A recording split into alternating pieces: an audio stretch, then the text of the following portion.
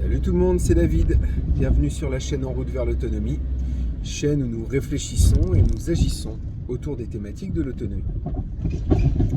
Aujourd'hui, je voulais profiter d'un de mes habituels trajets en voiture, peu nombreux mais toujours propices à la réflexion, pour parler d'un sujet qui nous intéresse tous, à savoir l'effondrement de notre société, mais du point de vue de nos dirigeants.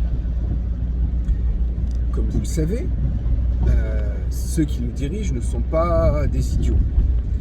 Ils sont peut-être aveugles à beaucoup de choses, mais je ne leur laisserai pas le bénéfice de croire qu'ils sont idiots et que ce qu'ils font ne sont qu'une succession d'erreurs. Longtemps, ça a été le cas. Pendant longtemps, je pense qu'ils étaient bornés et l'appât du gain et un peu la bêtise a fait que ils ont pris des décisions irrationnelles qui nous conduisent vers un effondrement de la société. Sauf qu'autrefois, ce n'était pas encore perceptible. Aujourd'hui, ces gens qui nous dirigent sont bien entourés, ont des consultants, on en sait quelque chose, mais notamment des consultants de haute qualité. Je prends l'exemple, bien entendu, parmi d'autres, mais qui me semble intéressant, de Jean-Marc Jancovici, qui a fait des interventions auprès de nos dirigeants. Et je pense sincèrement qu'aujourd'hui, les dirigeants sont conscients du problème. Et pour essayer de vous expliquer un petit peu là où je veux en venir, je vais prendre une métaphore. Aujourd'hui, notre société, c'est un petit peu finalement une maison. Une grande maison, la planète Terre, sur laquelle nous habitons tous. Sauf que cette maison, on l'a usée. On l'a énormément usée. Très rapidement, en quelques années. Lorsqu'une maison est bâtie et entretenue, pendant longtemps, elle peut vivre. Sauf que, lorsque vous mettez trop de monde dans cette maison, en l'occurrence 8 milliards d'habitants, et que ces habitants, en tout cas une partie d'entre eux, veulent faire la fête. Quand je dis faire la fête, c'est au sens littéral du terme. Partir en vacances à l'autre bout du monde, profiter de la vie, comme on dit. Eh bien, c'est comme dans une maison. S'il y a une énorme fête qui dure plusieurs années et qu'il y a de réels abus par rapport à cette fête, eh bien, la maison va s'abîmer, se fissurer. Au bout d'un moment même, la toiture va commencer à être moins étanche, puisque les gens vont faire n'importe quoi, faire la fête, balancer des trucs sur toi, bref. Vous voyez un petit peu l'idée. Eh bien, c'est ce qui est en train d'arriver à notre maison. Notre maison prend l'eau de toutes parts. La société prend l'eau de toutes parts. Et quand c'est comme ça, quelle est la meilleure solution? Nos dirigeants en sont parfaitement conscients. Et je pense que la meilleure solution qu'ils ont trouvée aujourd'hui, ce n'est pas de stopper progressivement la fête. Les gens font tellement la fête, ils aiment tellement ça, ils ne peuvent plus s'arrêter. Et du coup, le seul moyen que la fête s'arrête, vous l'aurez compris, quand je dis la fête, il s'agit de pomper à la nature beaucoup plus qu'il ne faut pour pouvoir faire la fête.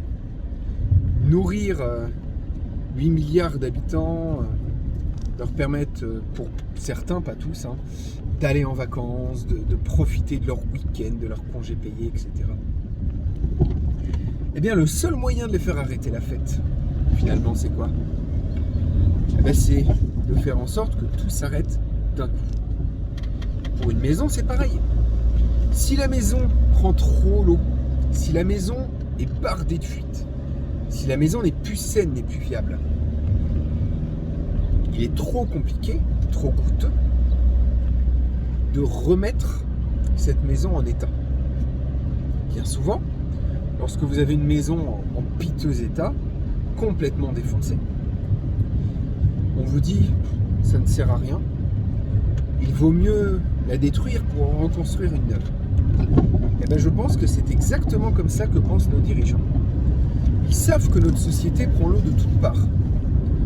L'éducation, on voit que le niveau est terriblement en baisse. Moi, le premier, mes enfants, tout le monde nous dit « Oh là là, qu'est-ce qu'ils sont en avance !» On se faisait la même réflexion avec des amis qui sont venus pour le week-end de Pâques. Salut Bruno, salut Céline. On se faisait la réflexion, on en discutait et on est arrivé à la même conclusion finalement, sans même se l'être dit avant. Mais leurs enfants comme les nôtres ne sont pas des surdoués. Moi j'ai même fait faire à un moment des tests à ma gamine parce qu'ils voulaient la faire sauter de classe. Ma femme n'était pas trop pour. Moi j'hésitais mais je n'étais pas super chaud non plus. Et il se trouve que en fait elle n'est pas surdouée. C'est juste une enfant d'une intelligence normale et qu'aujourd'hui, et je vais peut-être choquer certaines personnes, les propos vont être assez durs, beaucoup d'enfants, et c'est pas leur faute, en fait ont du retard, sont à moitié idiots, ils comprennent rien à rien. Eh bien c'est exactement ce qui se passe pour notre société, l'éducation full temps. Les gamins, on leur apprend plus à réfléchir, on leur apprend des trucs idiots et sans aucune utilité, avec quelques bases histoire de faire passer le truc. Mais bon, bref, vous avez bien compris de quoi je voulais parler. La santé fout le camp. D'ici 10 ans, la moitié des médecins seront à la retraite. Tous ceux qu'on appelle les baby boomers, les plus tardifs des baby boomers seront à la retraite. Rien qu'autour de chez moi, donc je suis dans un milieu rural, donc il n'y a pas non plus pléthore de médecins. Eh bien, il se trouve que juste dans les villes autour de chez moi, 6 médecins partent à la retraite dans les 2 ans. Dans mon village de 1000 habitants, nous avons 2 médecins, un couple, qui ont le même âge, 63 ans, et qui partent à la retraite annoncée dans 1 an et demi. Les municipalités autour de chez nous cherchent absolument à recruter. Eh bien non.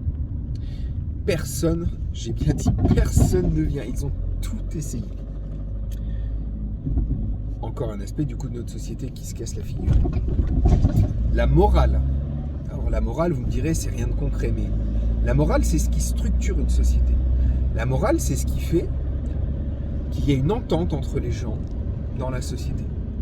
Si la morale fout le camp, la société fout le camp. On le voit bien aujourd'hui. Il suffit d'ouvrir les réseaux sociaux pour voir qu'il y a quelque chose qui ne va pas. Les gens sont complètement demeurés. Vous me direz, il n'y a pas que les réseaux sociaux. Mais moi, au quotidien, je le vois bien. Les gens, et je ne me considère pas comme quelqu'un d'au-dessus de la masse, mais il y en a quand même beaucoup qui sont vachement en dessous. Mes parents ont construit il y a 15 ans des maisons.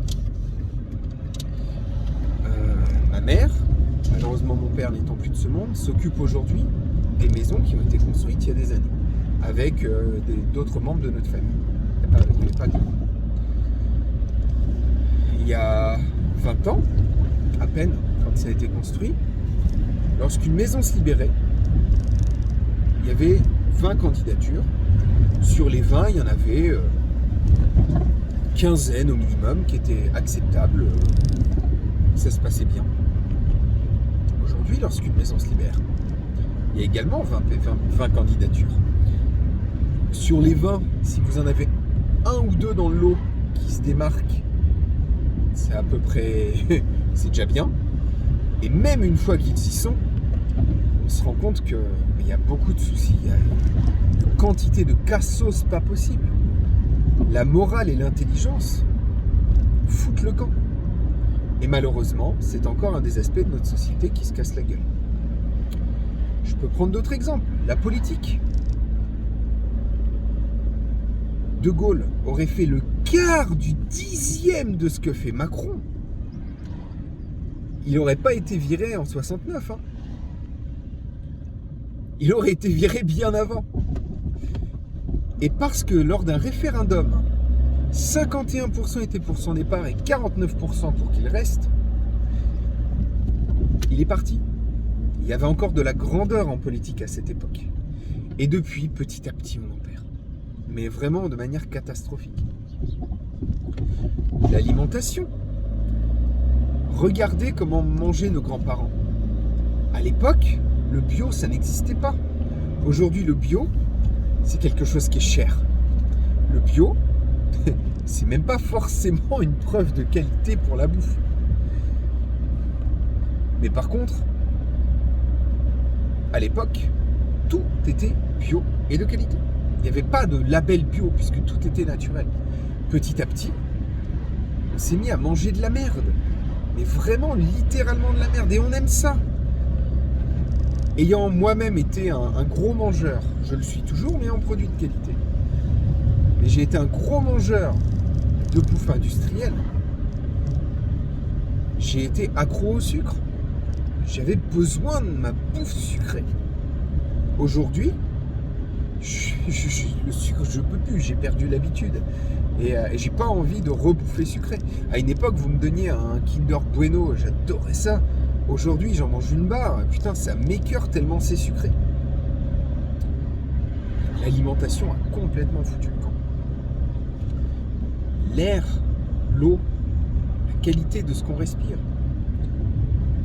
la qualité de ce qu'on boit, la pollution autour de nous sont encore des preuves de décrépitude complète de notre société. Je ne vais pas m'étendre sur le sujet, vous savez tous de quoi je parle. Je reviens rapidement sur les gens. Non seulement ils sont idiots, mais en plus les gens aujourd'hui sont incapables. Les gens ne savent plus rien faire par eux-mêmes. Mais c'est monstrueux, c'est-à-dire que je vais vous narrer une anecdote du camping où je travaillais avant. On m'a réveillé une fois à 3h du matin parce que la personne avait froid. Alors pareil, on pourrait en parler longuement, hein. Mais putain, on était en plein été, il faisait 20 dehors la nuit, la personne, elle avait froid. Mais comment il va faire en hiver si un jour il n'y a plus de chauffage? Ça va être très compliqué. Et donc cette personne, à 3h du matin, m'appelle et m'engueule. Et m'engueule bien, hein, pour me dire qu'il n'y avait plus de chauffage. J'y vais. Effectivement, il n'y avait pas de chauffage. Il m'a engueulé comme de la merde en me disant « Le chauffage, il avance, il fait froid, ma femme, elle a froid !» Alors j'ai tenté l'humour, ça n'a pas marché. Mais bref, il m'a engueulé en me disant qu'il avait froid, etc., etc. Je me suis penché sur le côté, j'ai appuyé sur le bouton « On ». Voilà concrètement ce qui aujourd'hui, ce qu'est en train de devenir l'être humain, un assisté qui ne sait pas appuyer sur un putain de bouton. Mais si demain ça pète, mais qu'est-ce qu'il va faire? C'est quand même un truc de dingue. La personne n'est même pas capable de réfléchir un tant soit peu et de se dire qu'il y a un bouton marche arrêt. Il faut être complètement con. Je disais donc que les personnes sont devenues des incapables. Là, c'est un exemple un peu grotesque, mais en réalité, il est tout sauf anecdotique. C'est quelque chose qui est assez commun. Les gens, aujourd'hui, font appel à des métiers que je trouve absurdes pour faire à leur place. Il y a même des coachs de vie. Putain, des coachs de vie. Alors ça, c'est le truc que je trouve absolument aberrant. Voilà, c'est des gens qui vont te dire comment tu dois vivre ta vie. Il y a des coachs en ménage et en rangement. Je n'aurais jamais putain de cru ça, jusqu'à ce que l'autre jour, quelqu'un me dise que c'est un métier qui existait. Et qu'en plus, ça rapportait un putain de pognon. Coach en rangement. Mais nom de Dieu, tu te bouges le cul? tu ramasses, tu ranges, tu débarrasses de ce qui t'encombre et dont tu ne te sers plus, et putain, ta maison, elle est rangée. Alors, ça veut pas dire qu'on est tous forcément des faits du logis, mais putain, faut être complètement con pour pas être capable de ranger sa putain de baraque. Et c'est ça le problème, c'est qu'aujourd'hui, on est exactement là-dessus, c'est que les gens sont devenus débiles. La moyenne de quotient intellectuel est en train de baisser. Et là, vous voyez, je viens de décrire des aspects de la société que je considère importants, voire même vitaux. Comment voulez-vous, avec la vitesse actuelle des événements, comment voulez-vous qu'avec les difficultés qu'on a, et en plus de ça, avec les habitudes qu'ont prises les gens dans leur quotidien, comment voulez-vous que rapidement ils changent? Comment voulez-vous qu'en l'espace de quelques semaines, quelques mois, au mieux quelques années, en cas de virage important, comment voulez-vous qu'ils s'habituent? Quand vous avez vécu toute votre vie comme ça, vous ne voulez pas changer. La preuve en est, les boomers ont voté Macron. Je pense que ça veut tout dire. Les boomers, les personnes âgées, ont voté Macron parce qu'ils ne veulent pas que les choses changent. Ils aiment ce système. Comment voulez-vous que du jour au lendemain, on leur dise qu'il va falloir tout changer? Mais j'en ai autant pour Marine Le Pen. Hein. J'en ai autant pour la plupart des candidats qui ne disent pas sincèrement les choses. Tout ça pour revenir à notre sujet de départ. Je digresse, mais c'est important. Je pense que les politiques sont au courant de ce qui se passe. Je pense que les politiques ont déjà pris leurs décisions.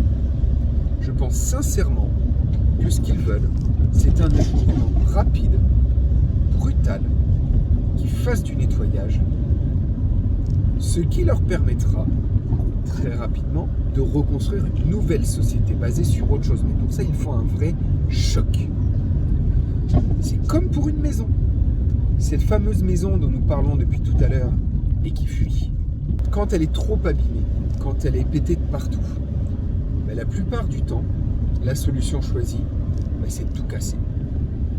Tout casser pour refaire du neuf. Ben pour moi, c'est exactement ce que les politiciens veulent faire. Ils veulent tout casser pour refaire du neuf.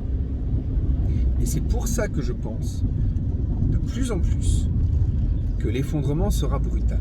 Alors quand je dis brutal, je ne veux pas dire du jour au lendemain. Soyons bien d'accord. Lorsque je dis brutal, c'est en l'espace de quelques mois,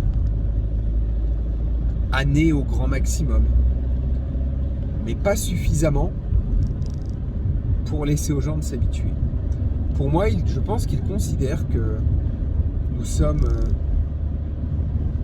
un peu une société merdique qui est en bout de course, que l'être humain est devenu abruti, en partie par leur faute, mais soyons lucides, en partie de la nôtre aussi.